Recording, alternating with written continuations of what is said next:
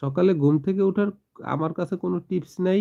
আমি এক কাজ করি, অ্যালার্ম দিয়ে থাই। আর একটা জিনিস হলো কি যে আমার তো পিছু টান আছে। পিছু টান বলতে হলো কি, আমার তো চাকরি না করলে পেটে ক্ষুধা, কে খাবার জোগায় দিবে?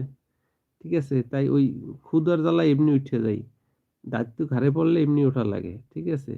এরপর হলো যে আমি মোবাইলে অ্যালার্ম দিয়ে রাখি, ওইতে উইঠা যাই। মূল কথা হইলো যে এই অ্যালার্ম-ট্যালার্ম কিছু না।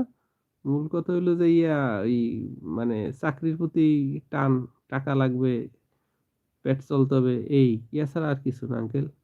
বাস্তব যেটা এইটাই যে ওই যে টিপস-মিপস এগুলোর কোনো কাজে আসে না। যদি অ্যা তোমার থাকে ঘাড়ে, দায়িত্ব থাকে যে আমার ঘাড়ে এখন দায়িত্ব আছে, এখন আর আমার দ্বারা হবে না। ঘাড়ে দায়িত্ব থাকলে আর কিচ্ছুই কোনো টিপসে কাজ হয় না। পেটে যদি তোমার ক্ষুধা থাকে, কোনো টিপসে কাজ হয় না। তুমি কি একটা জিনিস জানো? পেটে ক্ষুধা থাকলে কোনো প্রার্থনাও হয় না।